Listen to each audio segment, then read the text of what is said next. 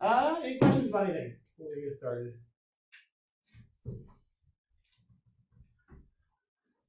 All right, so just so that you know, we will not have class this Friday because I will be at a conference. So that's why your homework's due on Monday. I'm available for emails. If you've got questions you want to email me through Thursday through the weekend, that's perfectly fine. I'm happy to answer. I just will not physically be here. Thursday and Saturday are travel days, so maybe a little dicey if you're emailing me on one of those 2 days, but we will meet back up again on Monday for class. All right. No questions over anything? Things are going okay? All right. Let's do one more example like we talked about last time, and then get into abstract vector spaces, which is where these practice problem stuff is coming from. So this is actually number 50. This is like ones we did last time in section 4.1. So you've got the vector v is 7, 2, 5, -3. The vector u1 is 2, 1, 1, 2. u2 is the vector -3, 3, 4, -5.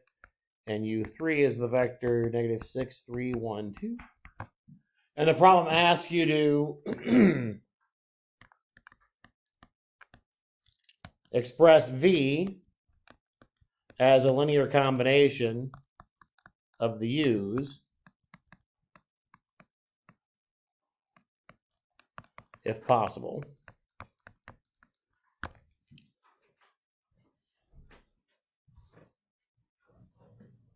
So we did a couple of problems like this at the end of class last time.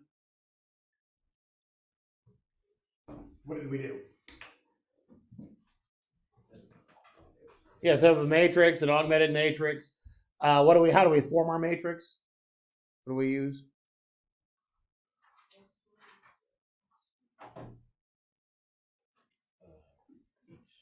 Yeah, good. Okay, so we're making columns, right? We'll put U1, U2, U3 down columns in the first 3 columns. This will be our constant column. That'll be the augmented part, right? So 2, 1, 1, 2, -3, 3, 4, -5, -6, 3, 1, 2, and 7, 2, 5, -3. So remember, a linear combination means we're looking for a constant times the first vector plus a constant times the second vector plus a constant times the third vector to equal the vector v that we're talking about. So we set up that system of equations. My goodness.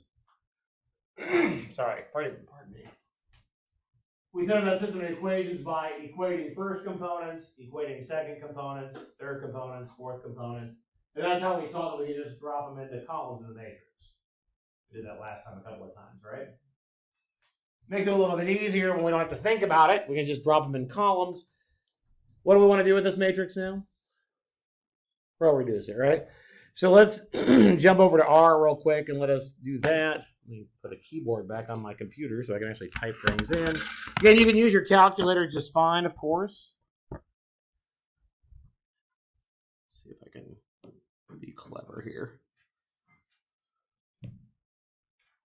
And if I can see it. I don't know if I can see it or not. We'll find out.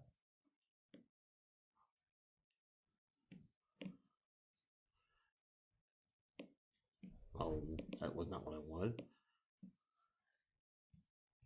Nope, can't scroll it that way because there's not anything down there up there. All right, I'll just move it over. Maybe. Having issues.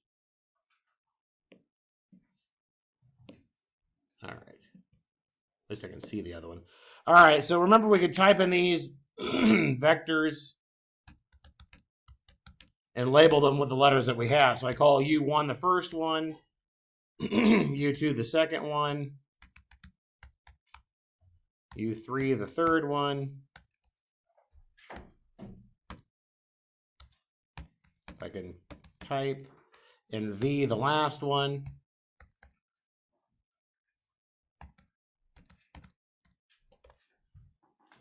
Nope. Big fingers. There we go. So I've got my vectors typed in here, U1, U2, U3, and V. And then again, we can use that cbind command so that we can actually drop them in as vector or as columns of a matrix. That's what that cbind command does for us in R. That's what we talked about last time. You can also type this in your calculator. It's just, I think it's nice to be able to do it this way for a couple of reasons. Again, we don't recognize that we want to make these columns of a matrix, so we're using the command that makes them columns in a matrix. And it also allows us to check our answer at the end pretty easily. All right, if you're just typing it into your calculator, it's a little harder to check your answer at the end, assuming we have a linear combination. All right, so you told me you wanted to row reduce. Remember to row reduce, I have to bring in that Pragma library. There's a reduced row echelon form. Looking at the reduced row echelon form, do we get a linear combination? Do we actually solve for the constants that we need? Yeah. So notice what I'm interested in here is, of course, this last row, right? If I would have had zeros here but a 1 here, what would you tell me? We would have had zeros here and a 1 there. What would you have told me? There was no solution, right? So there wasn't a linear combination that existed. So notice it's possible in this case that we wouldn't have had enough information to get the linear combination. But since we have that row of zeros there, we do. So what are our constants that we're going to use? What do we need to multiply u1 by? 2. So if I go a 2 and then u1 will, or u2 will multiply by 1 and u3 will multiply by -1.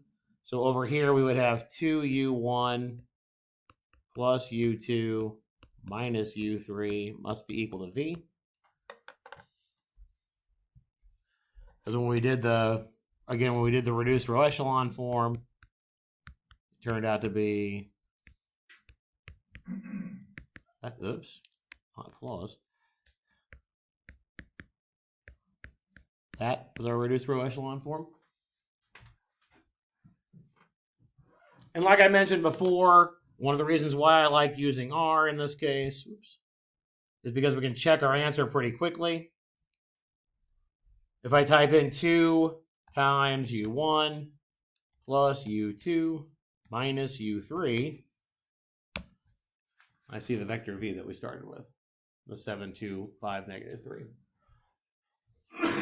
Another reason why I kind of like putting this in R, since we used u1, u2, u3, and v as our descriptors for our vectors, notice it also labels the columns that way for us. So we can actually see which ones are which.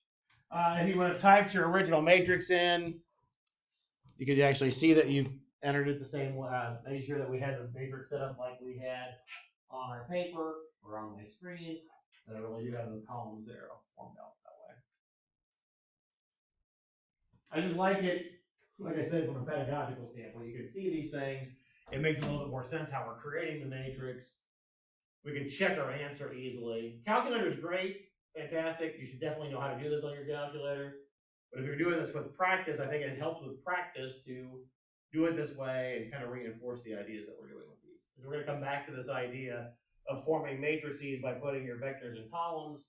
And later on, we'll actually have a case where we'll want to make a matrix where we form our matrix of using rows for our vectors. But we'll come back to this idea several times. So like I said, from a pedagogical standpoint, I think it helps to understand this way. I also think it's a little faster to type it in than on your calculator sometimes too. Your calculator is great, but again, notice as you hit your enter key, it goes across the rows, right? It doesn't really reinforce what we're doing with columns. So that's why I like it a little bit better this way. All right. Any questions on at all how we got that? Okay with that? Okay. We're going to come back to this idea several times, I promise. Okay. We're going to take a little excursion here in the next couple of sections when we're talking about abstract vector spaces and then subspaces. But we're going to come back to this idea when we talk about linear independence, when we talk about span, when we talk about certain spaces associated with matrices, and so on and so forth. Okay. So we're going to come back to this idea of creating these matrices in a lot of different contexts. All right, so let's change gears back to vector spaces. Remember, we talked about vector space of vectors in Rn. We came up with a list of 10 properties that we said the vector satisfied. We made arguments about why we wanted those particular properties to be satisfied. And these are going to be what our vector space axioms are. So this is starting out section 4.2, which is just talked about vector spaces. I like to call them abstract vector spaces because, again, we're going to let lots of different things be vectors. Okay? We're going to make this as abstract as possible, see what things might satisfy these axioms, see what other things may not satisfy these axioms. But our goal really is to get a theory where we can start talking about treating functions as vectors and see what happens. In particular, continuous functions or differentiable functions, those kind of concepts from calculus type of functions that we've talked about before. Or maybe we want to use matrices as vectors. There's reasons why we want to do this this abstract idea. So again, when we make a theorem and prove a theorem, we prove it for all possible cases, not just for specific pieces like we did for vectors in Rn. So that's where we're going. However, I will say that these next couple of sections will be weird. Okay, it's going to feel weird. The idea of abstraction is going to be we're going to abstract addition, we'll abstract scalar multiplication and see what happens. All right, so just to warn you, it'll be a little bit weird to start with. Okay. All right, so as a definition, a vector space is a set, a non-empty set with, which we'll call V. Which we'll have a set of things we'll call V with two operations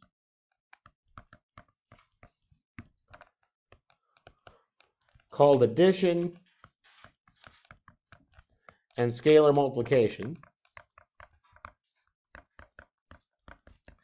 Now, we call them this, but they may not behave like you're used to, okay? And we'll see examples of this.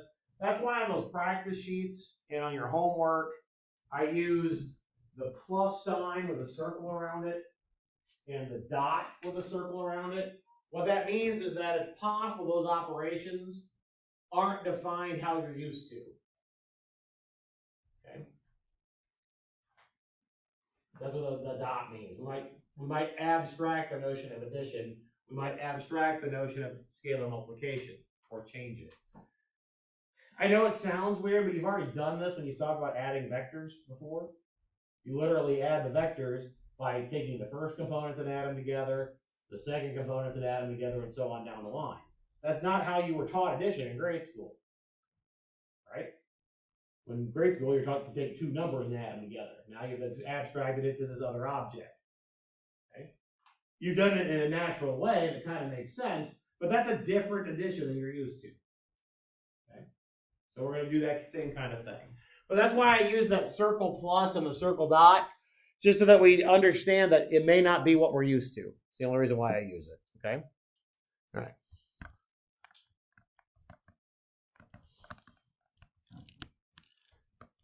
All right, so we need to talk about the properties these things need to hold so that for all V, W, and X,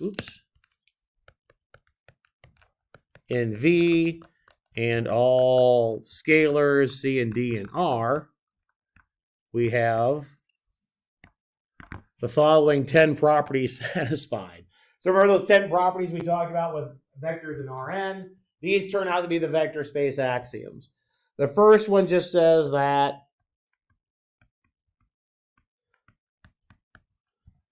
your addition is well defined.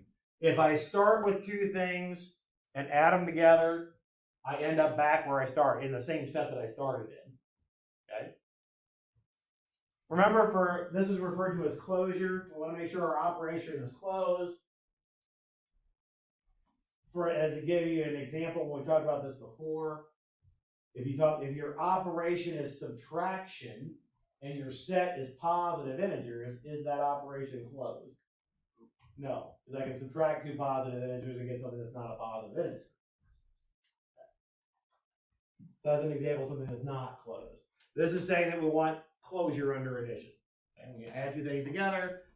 However I'm defining to be added together, we have to be able to say that sum is back in the set again.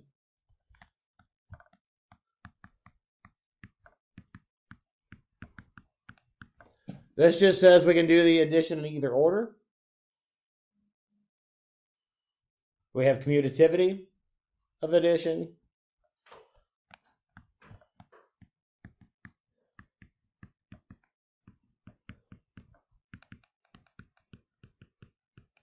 I don't really care if you put the little circles around the pluses, by the way. I'm just doing it so that we are understanding that it may not be your normal addition. The book doesn't put the circles around it. That's just my notation and other books' notation. But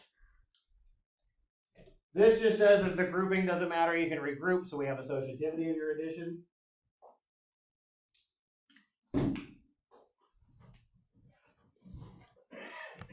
The fourth one says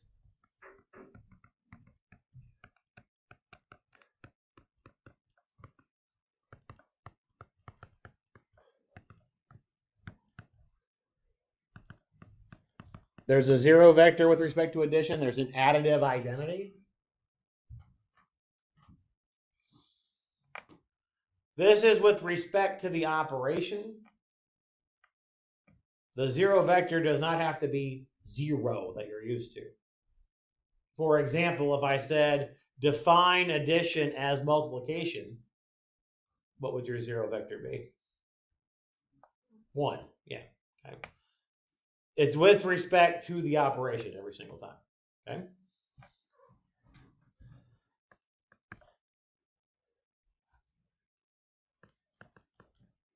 Okay. We also talk about additive inverses. We can spell.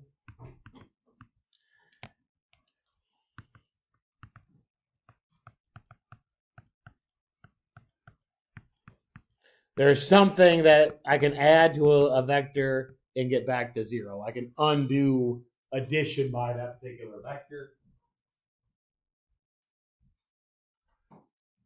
Notice in order for 5 to be true, we have to have 4 be true. If you don't have a 0 vector, you can't have an additive inverse.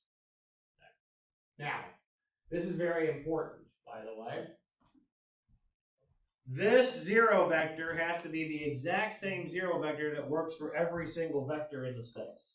There's a vector, a 0 vector. There's just one. You don't get to change it. Okay?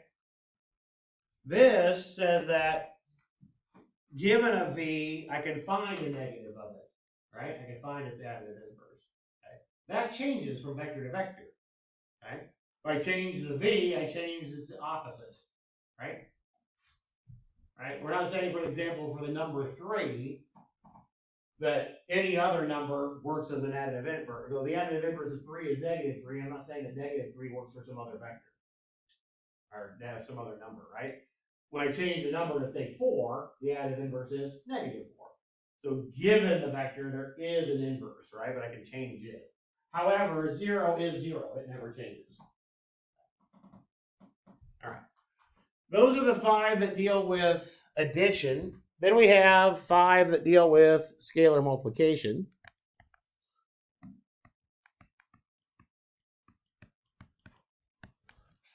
This one again just says that scalar multiplication is closed. Remember that this scalar is any real number. Okay? So again, if you're talking about your vectors being positive integers, would scalar multiplication be closed if C can be any real number? No.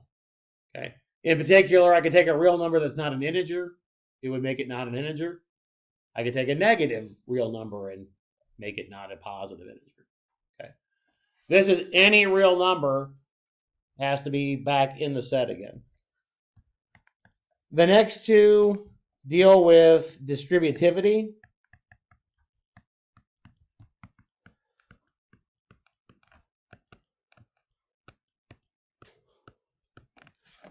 The first one says that scalar multiplication distributes over vector sums. The next one says that scalar multiplication distributes over scalar sums. Oops, that's a V.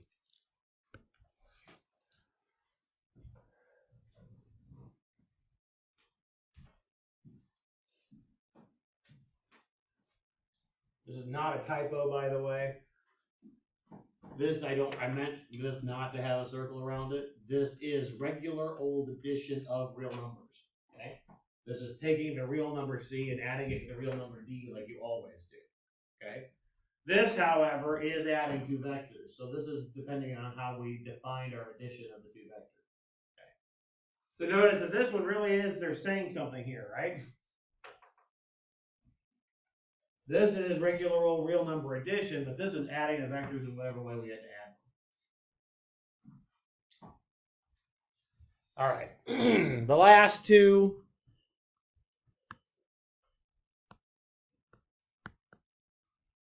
Oops, write it this way.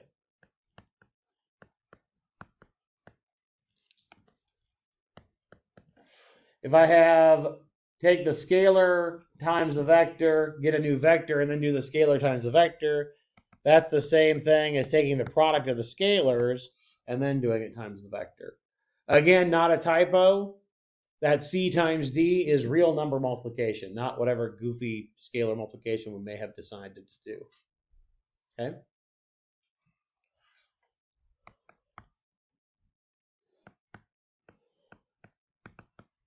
And the last one was our preservation of scale. If I multiply by 1, I still get the same vector.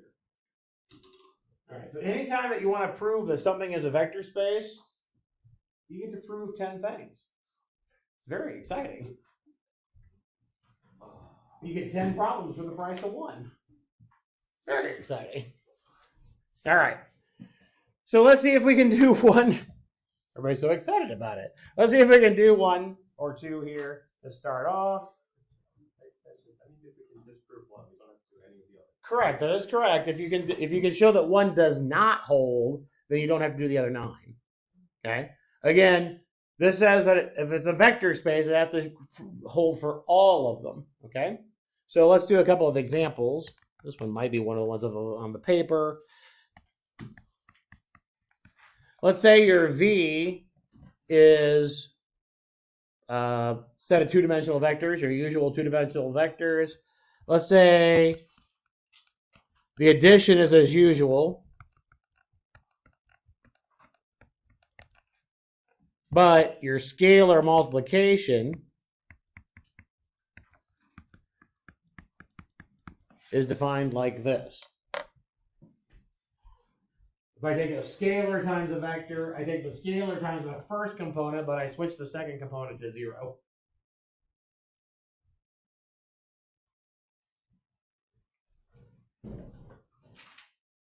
Okay. All right, so again, when it says usual, if it says the addition is as usual, well, what do we know about usual vector addition? Does it satisfy the first 5? Yeah, so I don't need to check those. I already know that those are true, right? We did those the other day, or at least talked through them the other day, correct? So we know that 1 through 5 hold.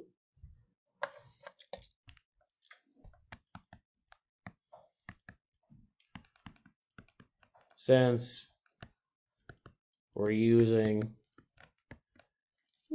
usual addition in two-dimensional vectors, two-dimensional real Euclidean space.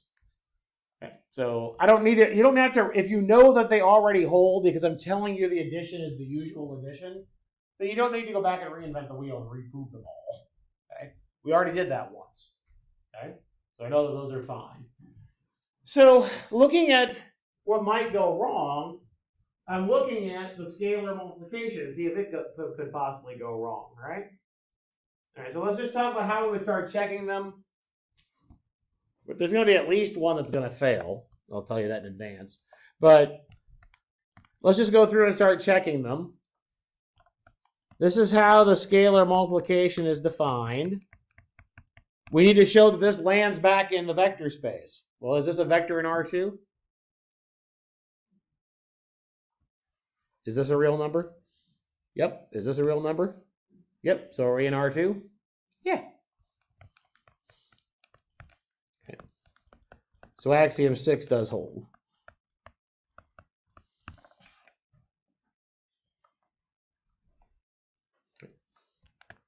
The next one talks about distributing over vector sums.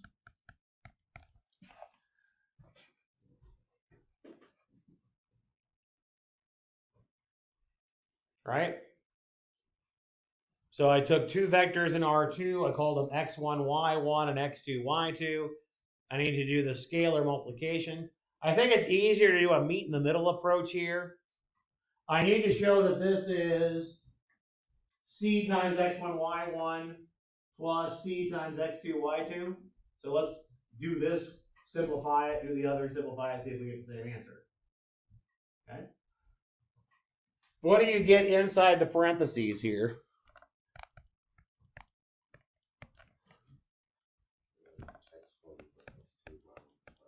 Good. It's usual addition, right? So that's just adding those together. What do you get now when you take the scalar times that?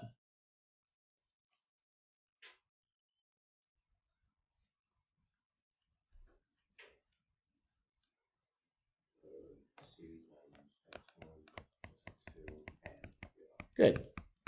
Remember, we do the usual scalar multiplication times the first component, but we kill the second component.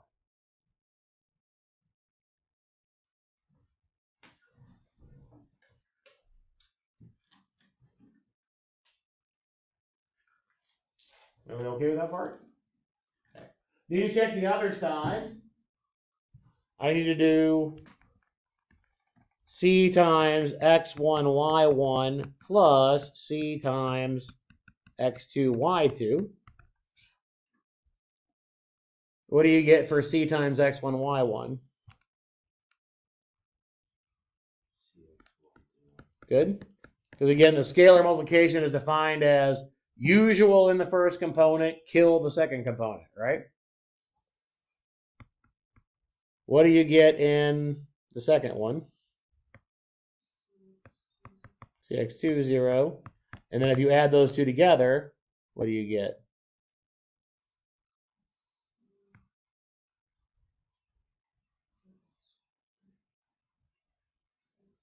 Say it again. Is Cx1 plus Cx2, comma 0, right? Are these two things equal? Yeah, because we're just doing real number addition in there. Those two things are equal. So axiom 7 holds.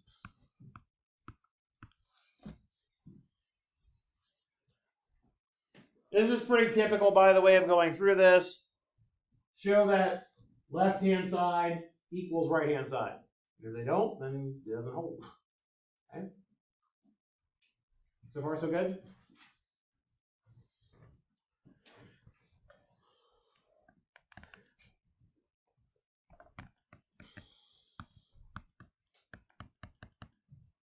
Let's call it xy. If I do c plus d times xy, what do you get?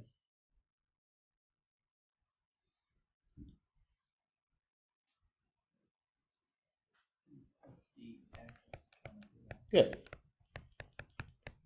Because again, usual scalar multiplication in the first component, kill the second component.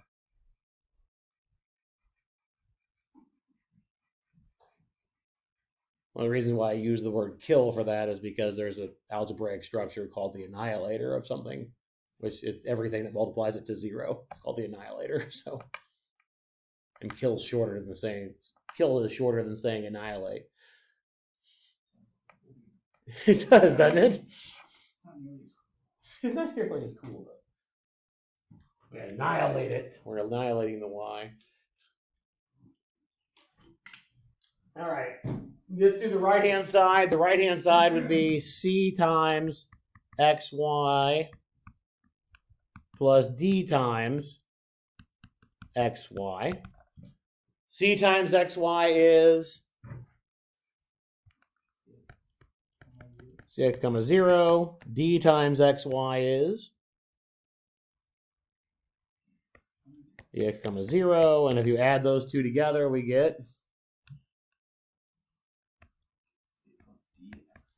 cx plus dx comma 0. And then, again, that is just regular old multiplication, so I can factor out the x, right? So we really do get those. So axiom 8 holds.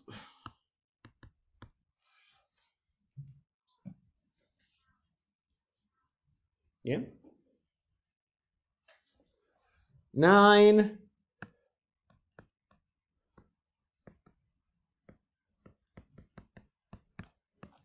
I need to do d times xy and then c times xy with the result, and then also do cd times xy. D times xy is what?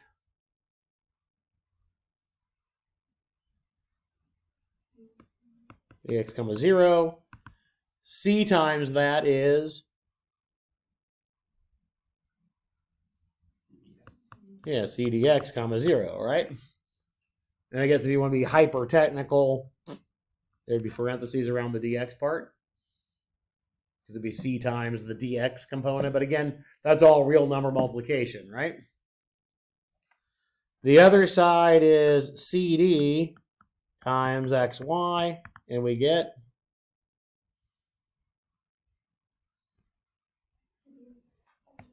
cd x comma 0. And again, if you want to be hyper technical, the parentheses would be out around the cd in that case. But again, real number multiplication is associative, so these two things are equal, right? So axiom 9 holds. 9 for 9 so far. This is the one.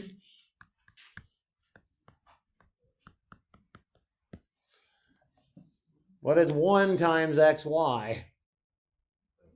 X0, which is not xy if y is not 0, right?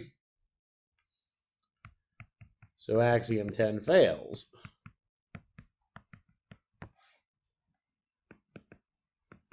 Hence, V is not a vector space.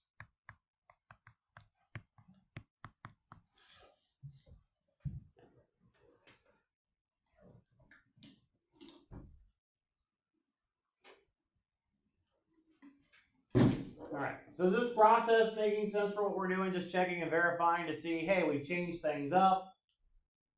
Are we getting things that still hold? Basically what we're doing. All right. Ready to weird it up a little bit? Well, we're going to weird it up a little bit. All right. Let's let your vectors be just real numbers. Okay. Let's see, for x and y being these real numbers, we're going to define x plus y to be x times y. And if c is a real number, we're going to define, that was weird, we're going to define scalar multiplication as exponentiation.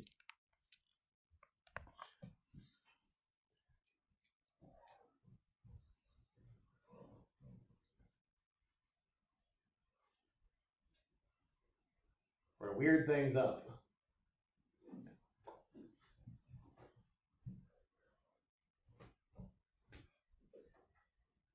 Actually, I guess I need to be a little bit careful.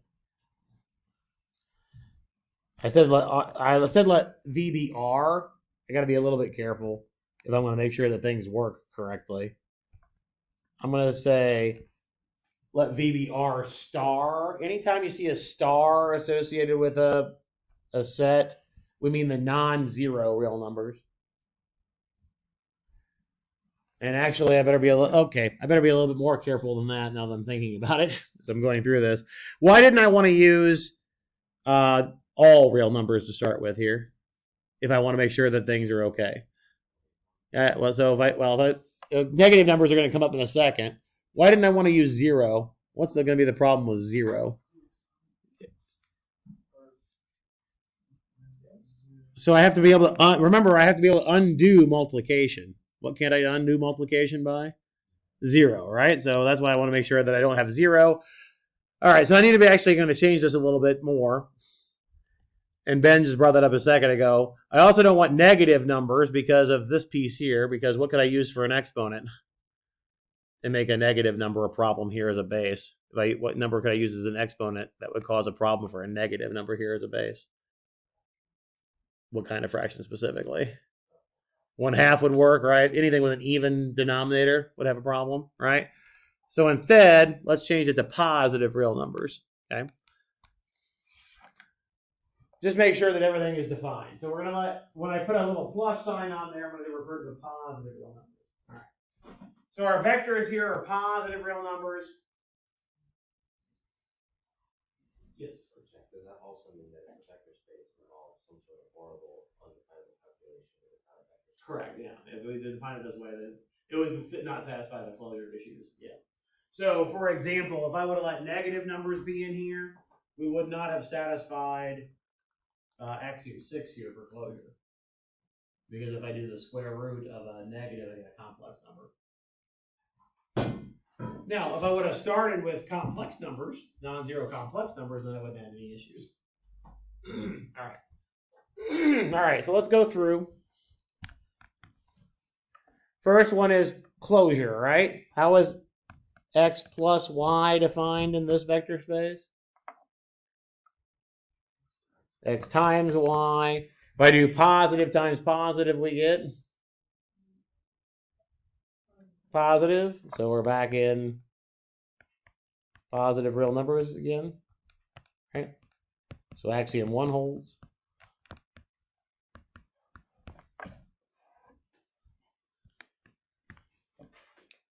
The next one is commutativity.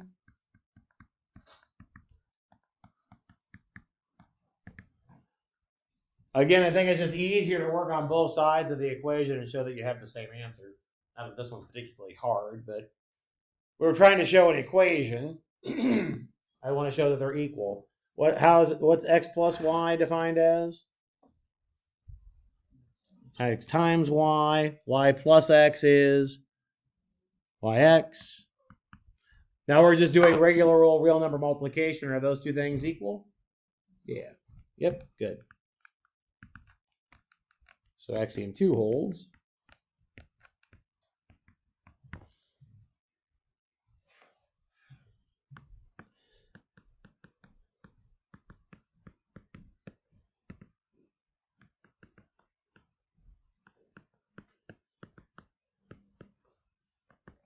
The next one talks about associativity, right? The regrouping doesn't matter. In the first one, we'll add what together first? The y and z. So y plus z is going to be yz. And then if you do x plus yz, we get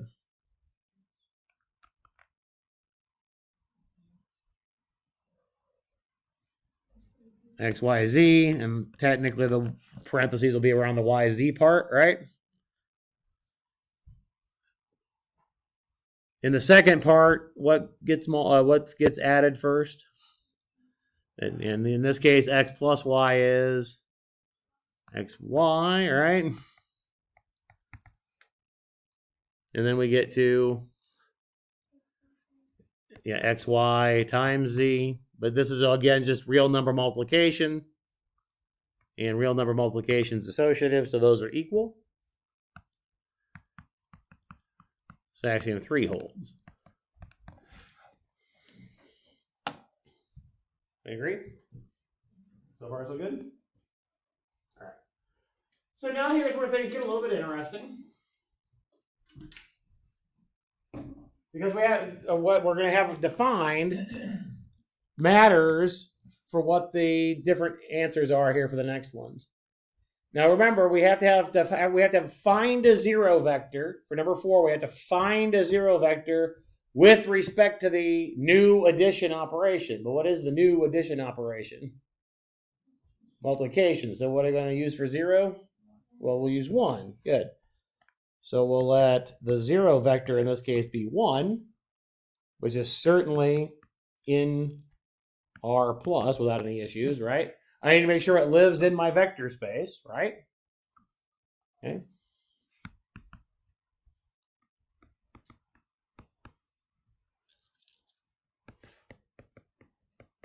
So I'm going to take my 1 and add it to my x. But since, well, how is addition defined? What is 1 plus x going to be in this case? 1 times x, which is just x, right? Now we know addition is commutative, but I'm going to do it the other side anyway.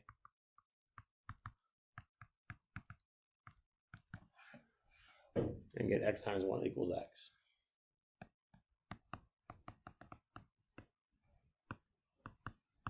So the 4th axiom holds.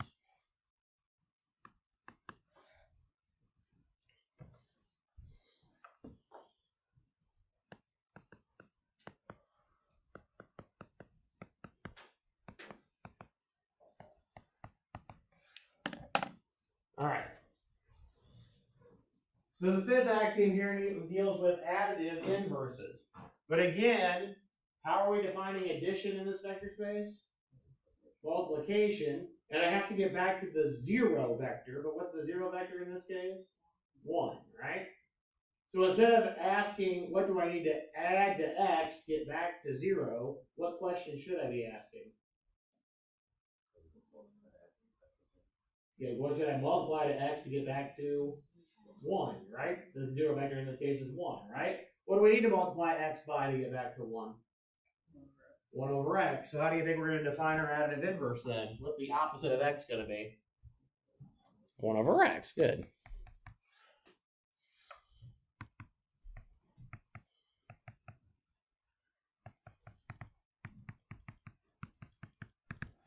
So we're defining the opposite of x to be 1 over x. And again, the addition here is defined as multiplication. X times 1 over x equals 1, but that's how we defined our 0 vector. This is important. The inverse is relative to the operation and the 0 vector, right? So that was why I rephrased the question. Instead of asking, what are you adding to x to get back to 0, we really need to ask, what do we need to multiply by x by to get back to 1? That's why we used 1 over x. Remember this, I know a lot of times you think of this as negative 1 times a number, right? But this is the symbol for additive inverse, right? The opposite of it. In this case, the additive inverse is with respect to the multiplication operations with 1 over x. It also works on the other side, but we already know it works on the other side because addition is commutative. So axiom 5 holds.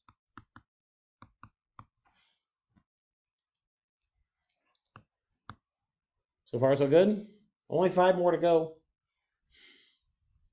These problems are so short, aren't they? You're anticipating like 8 or 9 of these on the exam, right?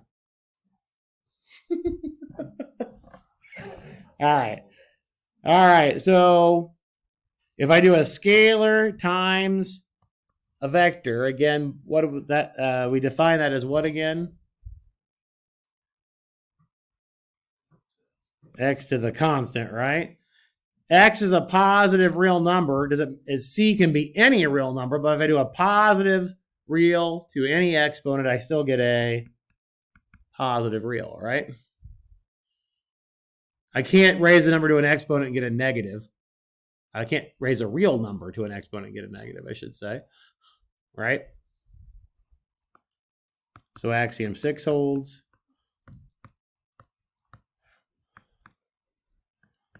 I know we're almost out of time.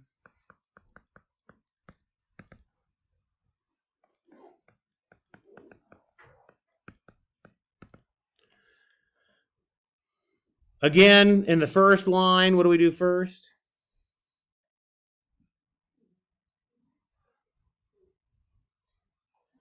The x plus y, and in this case, x plus y equals xy. And now with the scalar multiplication, how do we rewrite that? Xy to the c, good. In the other case, we're going to do both of them, both scalar multiplications first. C times x is x to the c. C times y is y to the c. And then instead of adding, we will multiply. Are those two things equal? Yep.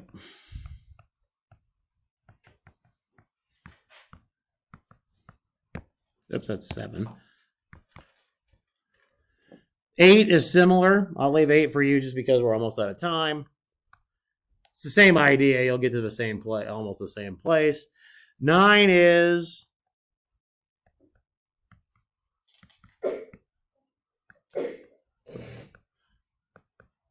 that, right? We agree? We need to show that these two things are equal. In the first case, we'll do the d times x first. What's that equal to? X to the d. And then we multiply by c. We get x to the d raised to the c, right? In the second case, what do we have? X to the cd. And are these two things equal to each other? Yeah, because what do you do with exponents in this situation? Multiply them, right? So axiom 9 holds. And finally, the last one is pretty straightforward. 1 times x is the same thing as x to the 1, and x to the 1 is just x. So axiom 10 holds. I know I skipped 8, but like I said, 8 looks a lot like 7. You should be able to check 8 pretty quickly. All 10 axioms hold, so this really is a vector space.